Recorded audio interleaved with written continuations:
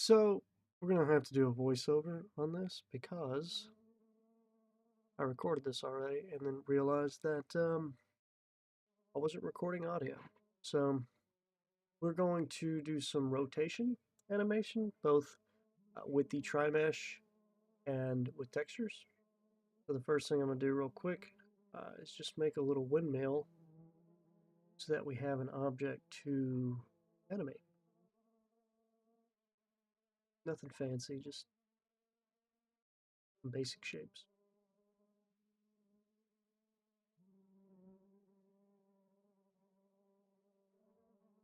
So we have the base of our object, and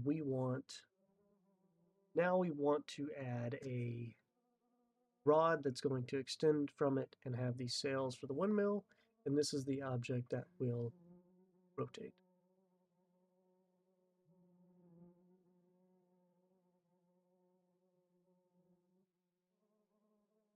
So if we rotate this on the x-axis, it will spin in a circle just like we're going to want to do. If we apply all of our transforms, it is going to reset the origin. I'm not going to apply transforms on this because I don't want to deal with that.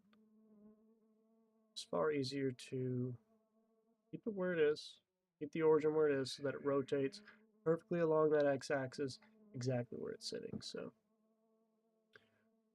as you can see, that's the object or the tri-mesh rotating on its x-axis. I've clicked the object properties where I can see the transform for this tri-mesh. And what we're going to do, and you can see there, I applied the transforms, then it reset the origin, and then it no longer wanted to rotate properly. So we're going to set the location and the rotation.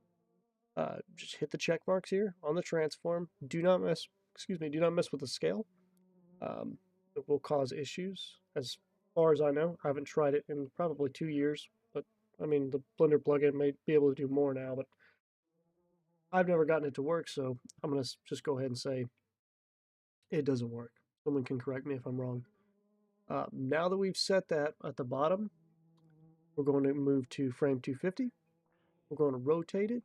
So hit R, X, rotate it on the X axis, then type in 360, rotating it by 360 degrees. Then we're going to check location and rotation. Now if we hit space, then the animation will play and you can see that it is rotating. At the bottom, you're going to want to right click, hit interpolation, and then hit linear. And that's going to give you a smooth, consistent transition during your animation from start to finish. And then we're going 360 degrees, making that full circle. So at the end, it's going to set back at the beginning without any type of lagging or resetting in the animation itself. It will just be a smooth transition. Shouldn't jump around. So now what I'm doing, I made a sphere, and I'm not going to rotate this object. We're going to make this rotate like a planet by using the texture. So I'm flipping the normals inside out so we can get a better view of it once we have a texture slapped on there. And then I'm just using the base texture for Narshada. And then instead of using the object properties like we did for the windmill, we're going to use our material properties. So here on the right side, you have this uh, orange yellow square, that's your object properties, and you have the red sphere down here, that's your material properties.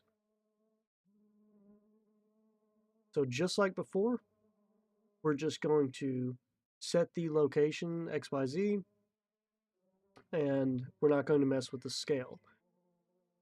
When we do this, we're not going to set it 360. There is a, I assume it means like meters? I don't know. There's a measurement here. And if we set it from 1 to 250 and we just set it to 1, it'll be as if it's rotating 360 degrees. So we're going to set that to 1 along the Y and then the X. And we're going to play the animation.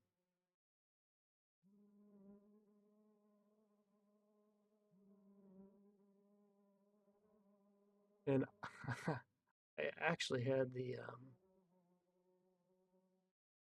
animation playing, so we just made a mess of things. Cleaning that up, deleting each one of those keyframes. I did end up clicking the scale. I don't think it'll mess anything up if it doesn't actually move, but I probably wouldn't. I just wouldn't mess with it. So we're going to move in 250 frames from 0 to 1. And it's going to move from top to bottom.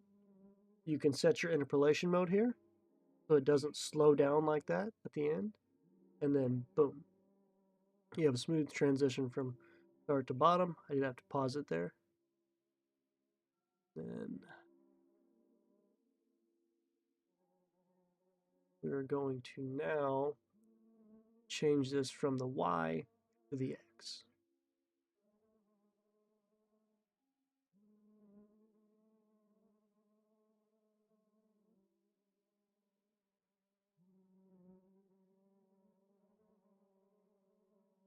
And now, as you can see, it is now spinning in a circle as if this was a moving planet. If we flip our normals, it looks as if this object is rotating. The object is never rotating, just the texture is, and it won't be blurry like this in game. It's just Blender's rendering, live rendering. You can even rotate it in the opposite direction, the actual tri-mesh versus the texture. If you wanted for some reason to do that, you could. You can rotate it in any direction and have the texture rotating in a different direction of any direction. So there's a lot you can do there. One cool thing we can do is we can create a collision node on a new empty, and we can duplicate these tri-meshes, stick them in the collision node, and the animation will actually move with the collision. So if you wanted to create an object like this that has a hole in it that spins, and if the player doesn't move and lands in the hole, he'll fall through it. You can absolutely do that if you wanted to. Um, there's a lot of examples of animation collision at the end of the derelict station in Starwind. It's used a ton there. Um, a lot of elevators. That's how we do the elevators, everything like that. Was interrupted again, so I'm going to rewind here. So yeah, I mean, the derelict station, the elevators that we use in Starwind. There's a ton of examples of how you can, especially in open Morrowind specifically, how you can use these to your advantage. You can create different kinds of level design, or you can create traps or anything and the like. And here you have it. You have a rotating tri-mesh and a rotating texture. Hope that helps.